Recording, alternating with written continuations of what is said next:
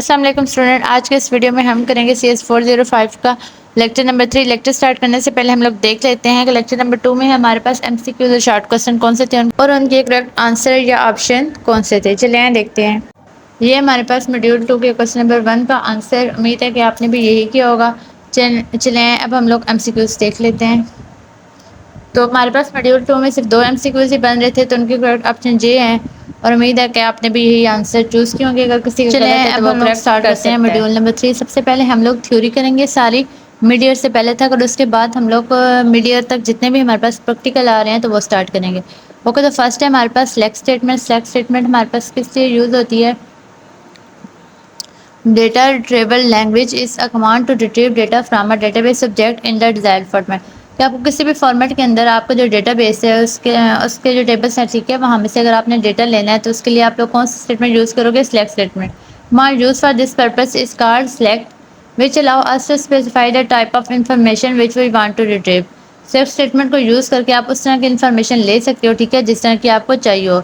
इसका सिंटैक्स क्या है हमारे पास? सिलेक्ट रिस्ट्रिक्ट स्टैटिक है हमारे पास आगे, फिर कॉलम नेम है फ्रॉम द टेबल नेम। इसका क्या मतलब है स्टैटिक का? कि इसका मतलब है कि आपको तमाम कॉलम्स चाहिए। कॉलम का मतलब है कि आपने वहाँ पे कॉलम नेम की जगह आपको जो भी फील्ड चाहिए होगी, ठीक है, कॉलम का जो भी नेम होगा, चाहे वहाँ पे आप एक भी निकाल सकते हो या एक से ज़्यादा भी कर सकते हो। टेबल नेम की जगह आपके पास आपका जो टेबल का नेम होगा वो होगा, ठीक है। नेक्स्ट हमारे पास implementing select statement. Select statement को अब हम अप्लाई करके देखते हैं, ठीक है। Select department number from employer के एम्प्लॉयर का कोई टेबल है, उसमें से हम क्या सिलेक्ट करें? Department number. या select distinct department number from employ. तो एम्प्लॉयर का एक टेबल है, ठीक है, इसमें से हम क्या सिलेक्ट करें? It will display only the unique department number and or rows from the employee table. Okay, तो नेक्स्ट है हमारे पास SQL and where clause. Where clause आप लोगों ने सिर्फ वही चीज़ें करनी है जो हाईलाइट की हुई है, बाकी पूरा पूरे को करने की जरूरत नहीं है। The where clause include condition. Where clause कब यूज़ होती है? जब आपके पास कोई ना कोई कंडीशन हो, यानी कि आपने टेबल में से वो वाला डेटा करना हो जिसके आपको कोई ना कोई कंडीशन लगा देते हो। जैसे कि आपने स्टूडेंट्स क्या उन स्टूडेंट्स का नाम निकालना है, ठीक है, जिसका जो ग्रेड हो वो A+ हो, या उन स्टूडेंट्स का नाम आपको चाहिए, ठीक है, जिनका जो ग्रेड हो वो F ग्रेड हो, ठीक है। इसके लिए हम लोग कौन सी क्लास यूज़ करते हैं? Where class. अब if the given condition is satisfies then only it return specified value from the table. अगर आपकी कंडीशन ट्रू है, मतलब उस पर वो चलिए सेटिस्फाई हो रही है, तो वो क्या करेगी? वो आपको कुछ ना कुछ जो अभी आपकी वैल्यू बनती है, ठीक है, वो टेबल में से देगी।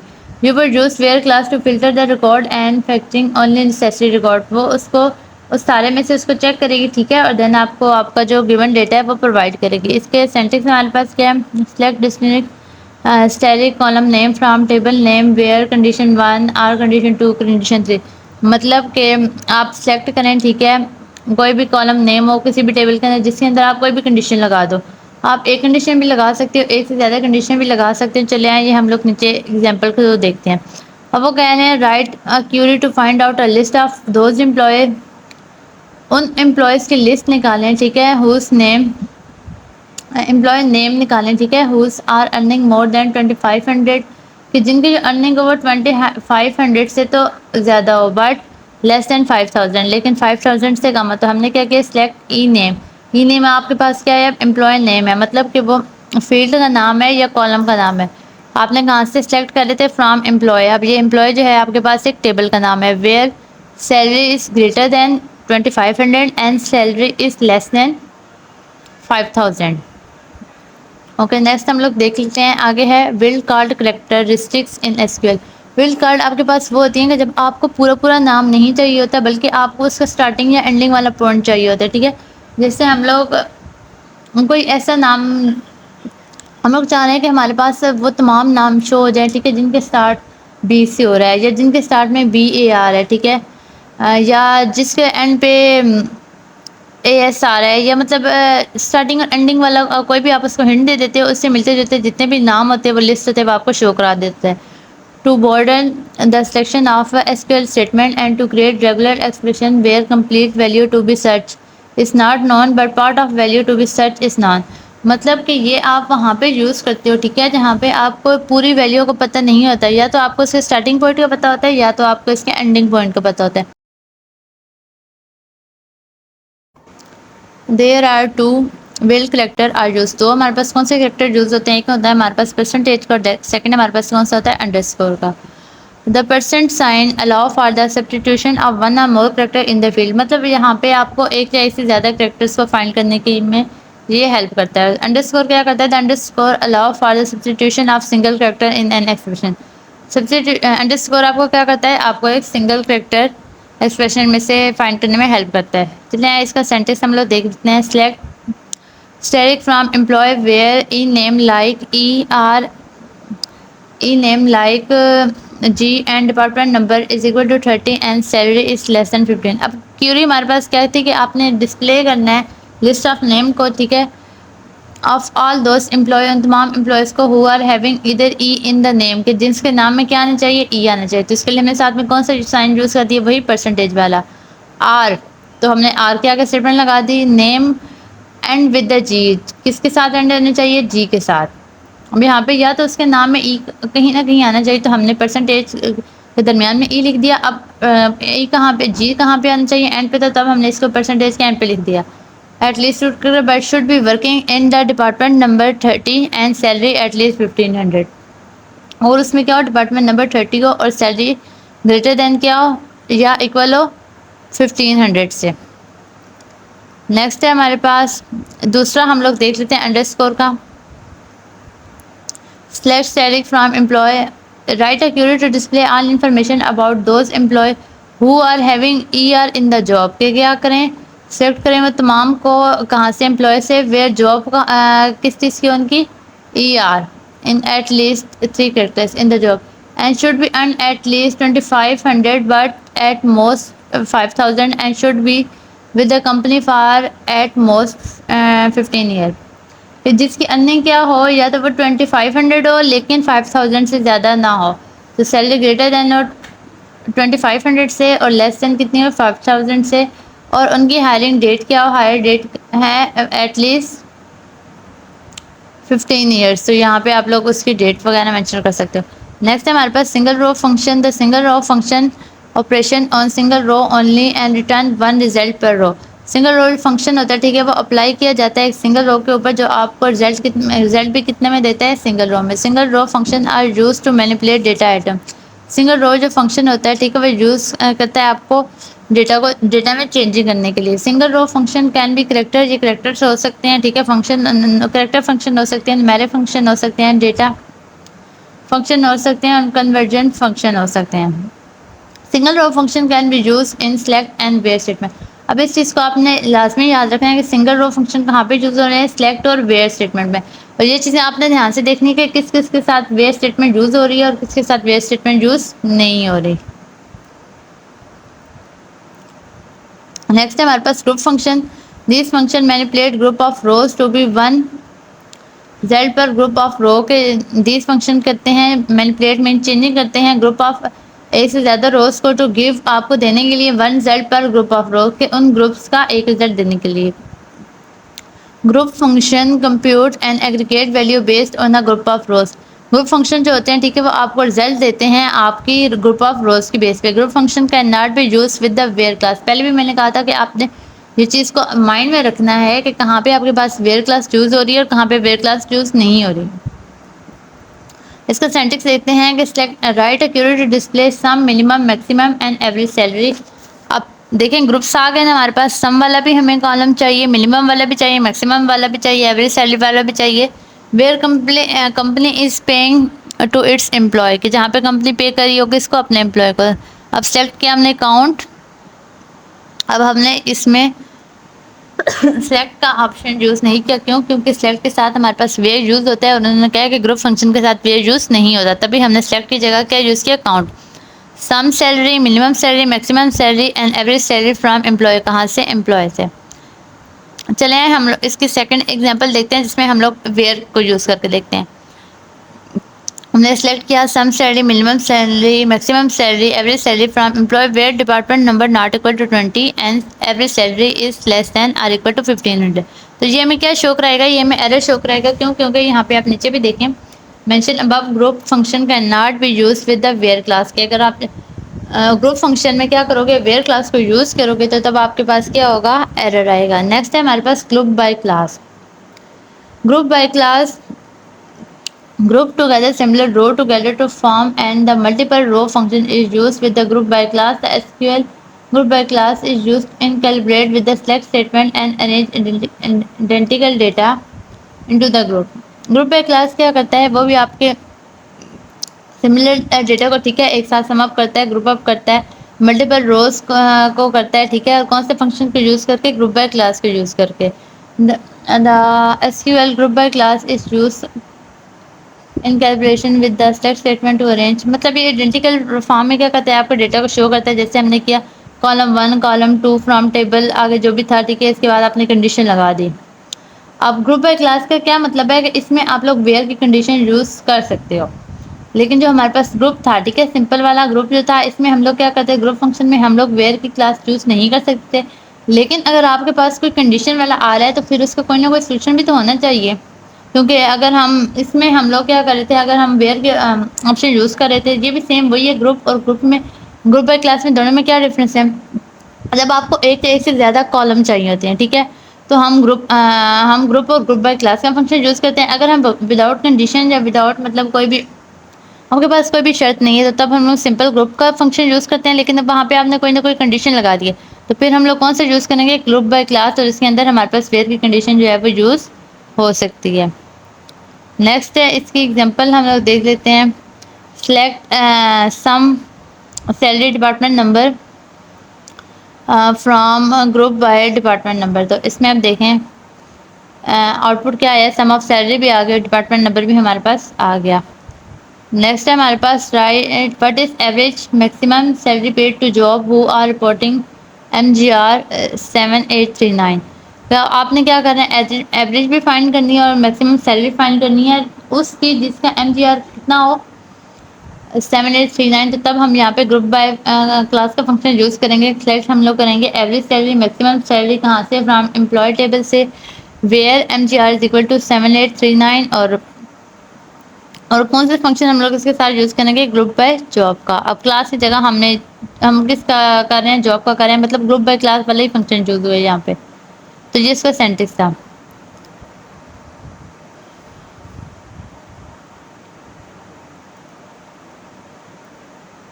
नेक्स्ट है हमारे पास having class. The having class is just like the where class that filter the result in the aggregated group data. The having class इस ये आपके पास बिल्कुल वेयर क्लास की तरह ही होती है और ये फिल्टर करती है रिजल्ट को, जहाँ पे आप या नंबर ऑफ ग्रुप्स ठीक है, जहाँ पे आपके पास एक या एक से ज़्यादा डेटा होता है। The having clause enable you to specify condition that filter which group result appear in the fulfill result, कि आपके पास मतलब आप कोई ना कोई जहाँ पे कंडीशन लगा दो, वहाँ पे हम लोग कौन सा फंक्शन यूज़ करते हैं, हैविंग का।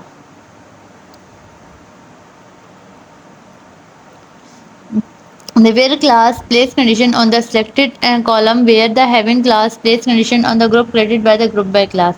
अब जैसे क्या कह रहे हैं कि आपने सेलेक्ट किया कॉलम 1 कॉलम 2 टेबल से, टेबल 1 और टेबल 2 से, और आपने ग्रुप बाय कर दिया ठीक है, कॉलम 1 कॉलम 2 और कंडीशन, मतलब कि अब हम इसको समझने के लिए एक एग्जांपल को देख लेते हैं। अब उन्होंने कहा कि एक क्यूरी लिखें टू डिस्प्ले करें जहाँ पे आप लोग average salary of each department, हर डिपार्टमेंट की, if there are at least 2 employ working in the department, कि जहाँ पे एटलीस्ट 2 एम्प्लॉयज़ जो वो हों वर्क कर रहे हो, and minimum salary is more than average salary by 100। तो जो मिनिमम सैलरी हो वो किससे मोर देन हो, एवरेज सैलरी बाय 100।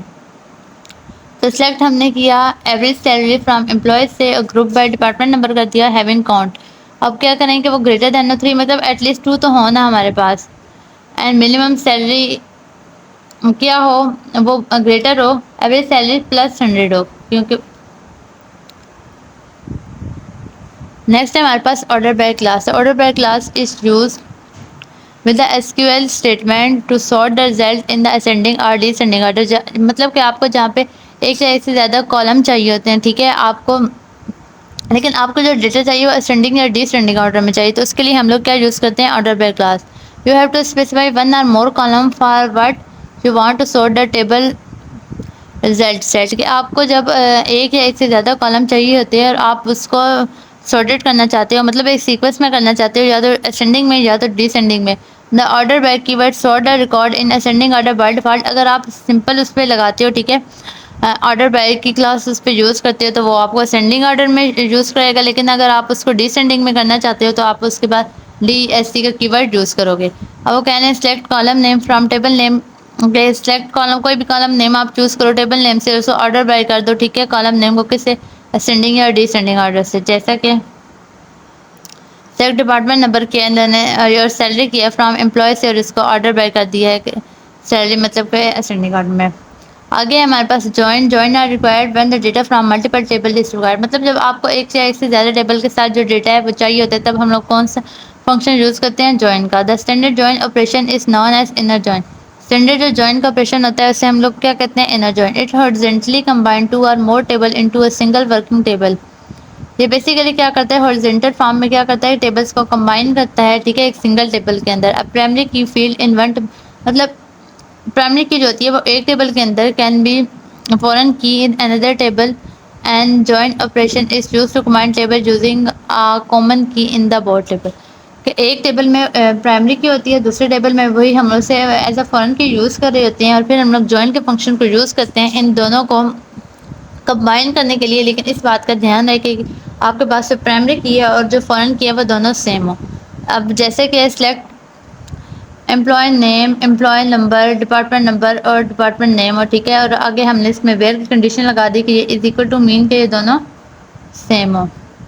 नेक्स्ट है हमारे पास सेल्फ जॉइन। तो अब देखते हैं सेल्फ जॉइन क्या होता है। Self join is a query, वो क्यूरी होते हैं in which table is join, या हम उसे कंपेयर करते हैं इट टू इट सेल्फ, उसके अपने साथ, मतलब एक टेबल को हम लोग कंपेयर कर रहे होते हैं उसी टेबल के साथ ही। Self join are use to compare value in the column with other values in the same column in the same table. Self join में हम लोग क्या करते हैं, कंपेयर करते हैं कॉलम्स को उसी टेबल में जो दूसरे कॉलम के साथ या वैल्यूज के साथ। In self join table is join with itself specially when the table has a foreign key which reference is on primary key. अगर ये स्पेशली हम लोग सेल्फ जॉइन तब यूज़ करते हैं जब हमारे टेबल के अंदर फॉरेन की मौजूद हो जिसका हम लोग रेफरेंस देते हैं उसी की अपनी प्राइमरी की के साथ। जैसा कि उन्होंने हमें, चलिए एग्जाम्पल देते हैं सेंटेंस को छोड़ें।